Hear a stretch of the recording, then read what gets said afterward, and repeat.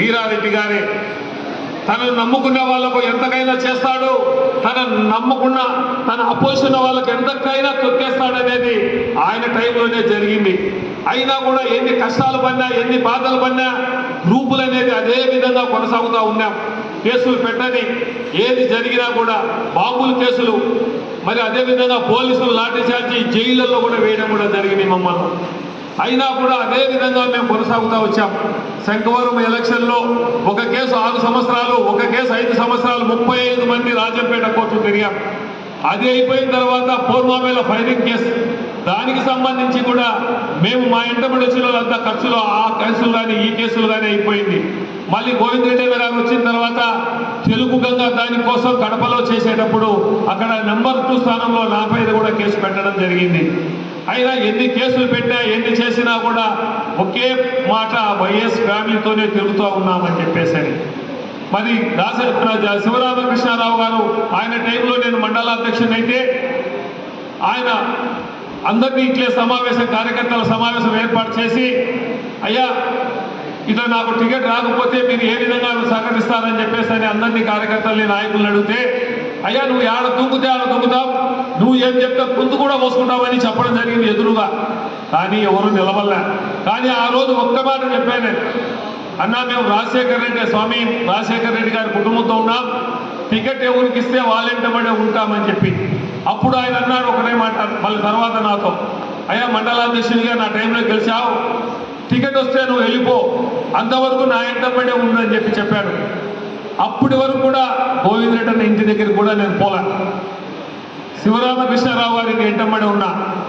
మరి గోవింద్ రెడ్డి అన్నకు టికెట్ ఇచ్చిన తర్వాత శివరామకృష్ణ ఇంటి అడుగు కూడా తొక్కలే, గోవింద్ రెడ్డి అన్న ఎంటబడే ఉంటూ ఈనాటికి కూడా నేను మండలాధ్యక్షునిగా ఒకసారి, జెడ్పీటీసీగా ఒకసారి, మళ్ళీ మా సోదరి శారదమ్మ గారు ఒకసారి ఈ మండలంలో తిరుగులేని మెజారిటీతో మేము గెలవడం జరిగింది ప్రజల ఆదరాభిమానాలతో. ఇది ఎందుకు చెప్తున్నాయంటే వాస్తవాలు తెలుసుకోవాలి, తెలియని వాళ్ళు చాలా మంది ఉన్నారు అనే ఉద్దేశంతో. నాకు ఏ బిజినెస్లు, ఏ ఆదాయాలు లేవు, కేవలం రాజకీయమే బిజినెస్, రాజకీయమే ఆదాయం. మీకు తెలుసు మేము మా కుటుంబం ఏ విధంగా ఉన్నది, ఏ విధంగా ఆస్తులు పోగొట్టుకున్నా కానీ మా పార్టీలోనే ఉన్నాము అని చెప్పేదానికి మన వీరారెడ్డి గారు మా కుటుంబం మీద ఏ విధంగా ఎన్ని చేశారా, భయపడలా, తొలగల పెనగల, మేము అదే విధంగా ఉన్నాం. ఆ రోజు రెడ్డిపల్లె దగ్గర నుంచి కమలాపురం, మన కలసపాడు, మన అట్లూరు మండలం రెడ్డిపల్లె వరకు కూడా మేము మా తల్లిగారు అందరూ కూడా క్యాన్వాస్ తిరుగుతూ ఉండేవాళ్ళం.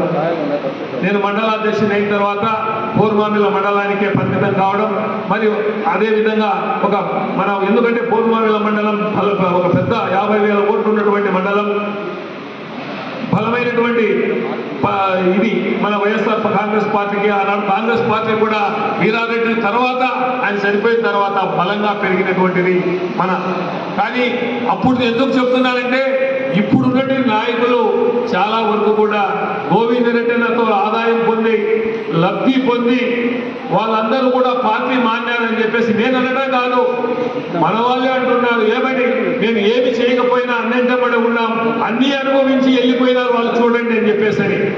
కాబట్టి అటువంటి రాజకీయాలు కాకుండా, ఎందుకంటే జగనన్న ఇప్పుడు గమనించాడు కార్యకర్తలను, నాయకులను. 2014 నుంచి 19 వరకు మనం అపోజిషన్ లీడర్గా, 19 నుంచి 24 వరకు ముఖ్యమంత్రిగా ఉన్నా కూడా మన కార్యకర్తలు ఒరిగిందేమీ లేదు, మన నాయకులు కూడా ఒరిగిందేమీ లేదు. ఇంకా నష్టాలు కూడా జరిగినాయి. సచివాలయాలు, మిగతా ఎన్ని బిల్డింగులు ఎన్ని కట్టి కూడా నష్టపోవడం జరిగింది, పందాలు కట్టి పోగొట్టుకోవడం జరిగింది. అయితే ఇప్పుడు జగనన్న గమనించారు, కార్యకర్తే పార్టీకి వెన్నెముక, నాయకులే పట్టుకొమ్మ అని చెప్పేసి మన జగనన్న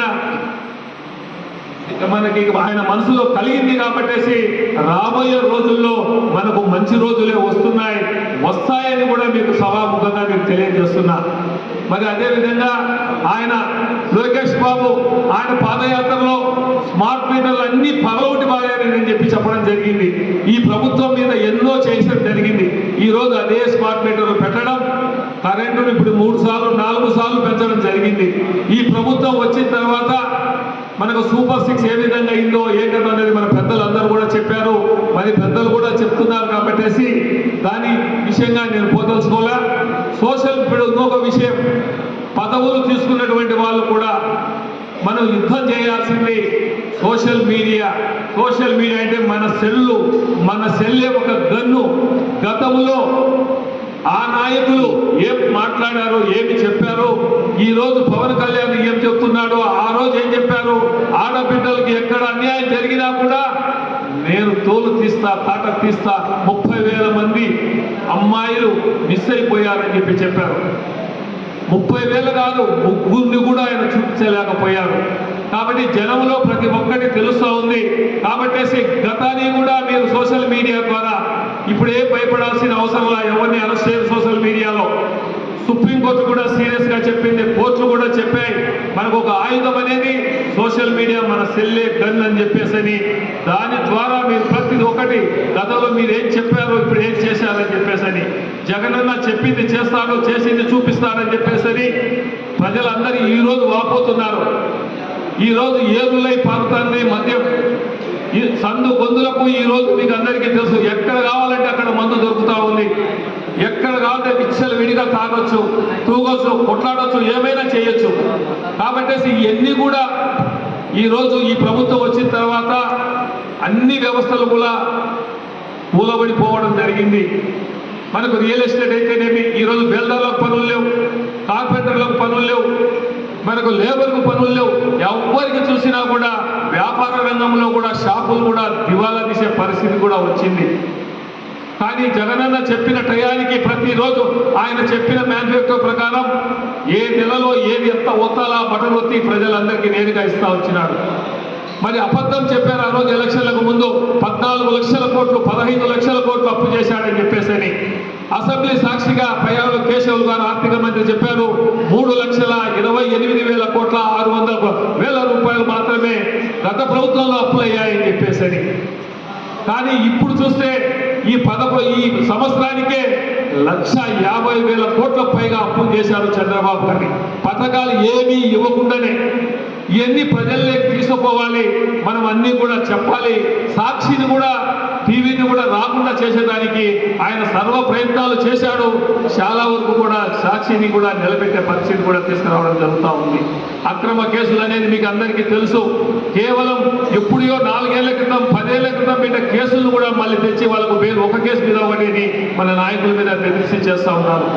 కాబట్టి మనమందరం కూడా, ప్రజలందరూ కూడా గమనించి మన పార్టీని మనం ఖచ్చితంగా వచ్చేది స్థానిక సంస్థల ఎలక్షన్లు. మొన్న స్థానిక సంస్థల ఎలక్షన్లో, ఎందుకంటే చెప్పకూడదు కానీ నేను చెప్తున్నా, మొన్న స్థానిక సంస్థల్లో గతంలో నా సొంత పార్టీ వాళ్ళు, మన సొంత పార్టీ వాళ్ళే నా ఓటమికి కారణం అంటే నేను అది జీర్ణించుకోలేకపోతున్నాను. ఆధారాలతో సహా నా దగ్గర ఉన్నాయి. ఫోన్ డేటా తీశాను నేను, ఎవరితో మాట్లాడారో, ఎవరు ఏం చేశారని కూడా.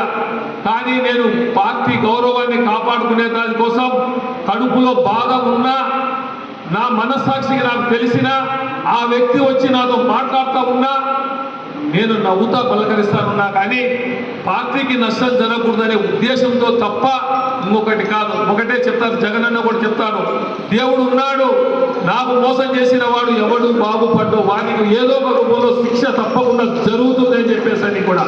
నేను సర్పంచ్ స్థాయి మనిషిని కాదు, అయినా కూడా నేను సచ్చినా బతికినా మా జేజినాయన 1932 నుంచి 6 సార్లు సర్పంచ్ పూర్వమిలకు, మా పెద్దనాయన సర్పంచి. ఈ దేశీ దివాకర్ రెడ్డి గారు తాడిపత్రిలో ఏ విధంగా డెవలప్ చేశారో 100 కోట్లైనా మన గోవిందరెడ్డి గారన్న మనం కలిసి తెచ్చి నేను సచ్చినా బతికినా పూర్వమిల్ల పంచాయతీని బాగా చేయాలని చెప్పి అనిపించుకోవాలనుకున్నా.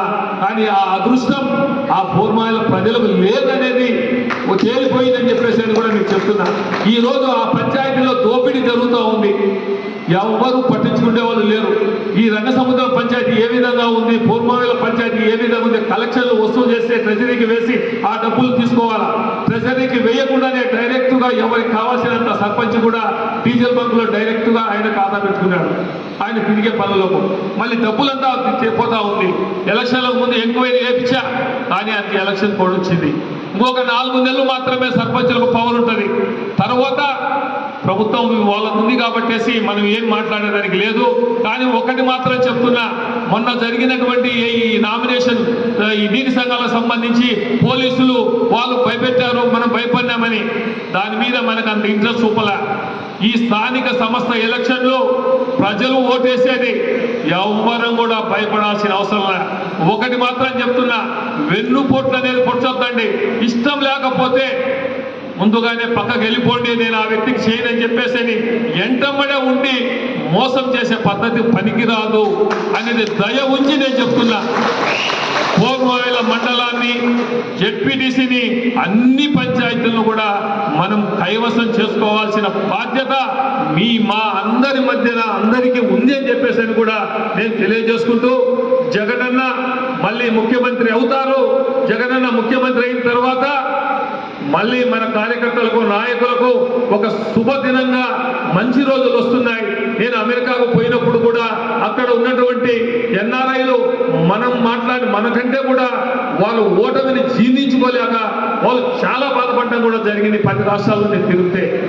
కాబట్టేసి జగనన్న అభిమానం ఈ పొద్దు ఆయన వస్తున్నారంటే మనం తోలాల్సిన అవసరం లేదు. వేలాది మంది జనం, పోలీసులు ఎంతమంది అడ్డపెట్టినా కూడా మనం చూస్తున్నాం ఆయన కోసం వస్తున్నారు. ఆయన ప్రాణాలు కూడా హాని ఉంది అని చెప్పేసి బీహార్ నుంచి, కర్ణాటక నుంచి 2 టీములు దిగాయని చెప్పేసి సెంట్రల్ ఇంటెలిజెన్సీ కూడా రిపోర్ట్ ఇవ్వడం కూడా జరిగింది. జగనన్నకు ప్రాణహాని ఉందని. మనం ఆయన ప్రాణాలు తగ్గించుకుందాం. ఎందుకంటే ఒక నాయకుడిని కోల్పోయాం, మనం ఒక తరం పోగొట్టుకున్నాం.